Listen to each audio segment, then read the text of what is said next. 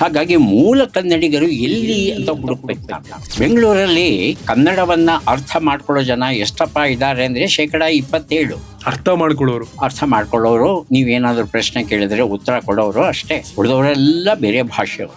ನೀವು ಅವರ ಭಾಷೆಯಲ್ಲಿ ಮಾತಾಡಬೇಕಾಗುತ್ತೆ ಹೊರತು ಅವರು ನಿಮ್ಮ ಭಾಷೆಯಲ್ಲಿ ಮಾತಾಡಲ್ಲ, ಗೊತ್ತಿದ್ರೂ ಮಾತಾಡಲ್ಲ. 63% ಅಷ್ಟು, 73% ಅಷ್ಟು ಕಡಿಮೆ. ಇಡೀ ಕರ್ನಾಟಕದಲ್ಲಿ ಕನ್ನಡಿಗರ ಸಂಖ್ಯೆ ಎಷ್ಟಪ್ಪ ಅಂದ್ರೆ 64%. ಕೇರಳದಲ್ಲಿ ಮಲಯಾಳಿಗರ ಸಂಖ್ಯೆ ಎಷ್ಟು ಅಂದ್ರೆ 93%. ಇನ್ನೊಂದು ದುರಂತ ಯಾಕೆ ಕರ್ನಾಟಕದಲ್ಲಿ ಕನ್ನಡ ಕಡಿಮೆ ಆಯ್ತು ಅಂದ್ರೆ ಎಲ್ಲ ಪ್ರಧಾನ ಸಂಸ್ಥೆಗಳು ನಿರ್ಮಾಣವಾದದ್ದು ಬೆಂಗಳೂರಲ್ಲಿ. ನೀವು ITI ತಗೊಳ್ಳಿ, HMT ತಗೊಳ್ಳಿ, HAL ತಗೊಳ್ಳಿ, BHEL ತಗೊಳ್ಳಿ, ಇಂಡಿಯನ್ ಇನ್ಸ್ಟಿಟ್ಯೂಟ್ ಆಫ್ ಸೈನ್ಸ್ ತಗೊಳ್ಳಿ, ಹೀಗೆ ದೊಡ್ಡ ದೊಡ್ಡ ಕಾರ್ಖಾನೆಗಳೆಲ್ಲ ನಮ್ಮ ಕರ್ನಾಟಕದಲ್ಲಿ ಬೆಂಗಳೂರಿನ ಸುತ್ತಮುತ್ತಲೂ ಸ್ಥಾಪಿತವಾಯಿತು. ಹಾಗಾಗಿ ಹೊರಗಡೆಯಿಂದ ಜನ ಬಂದಿಲ್ಲಿ ನೆಲೆಸ್ಬಿಟ್ಟು. ಯಾಕೆ ಮೈಸೂರಿಗೆ ಬೆಂಗಳೂರಿಗೆ ಬಂದ್ರು? ಕ್ಲೈಮೇಟ್ ಚೆನ್ನಾಗಿತ್ತು, ಪರಿಸರ ಚೆನ್ನಾಗಿದೆ. ಮಹಾರಾಜರ ದೂರದೃಷ್ಟಿ. ವಿಶ್ವೇಶ್ವರಯ್ಯ ಅಂತ ಮಹಾನುಭಾವರು ಯಾರಿದ್ದಾರೆ, ಸರ್ ಕೆ ಶೇಷಾದ್ರಿ ಅಯ್ಯರ್ ಅಂತವ್ರು ಯಾರಿದ್ದಾರೆ, ಅವರ ದೂರದೃಷ್ಟಿಯ ಕಾರಣ ಸರ್ವತೋಮುಖ ಪ್ರಗತಿಗೆ ಕಾರಣವಾದರವರು.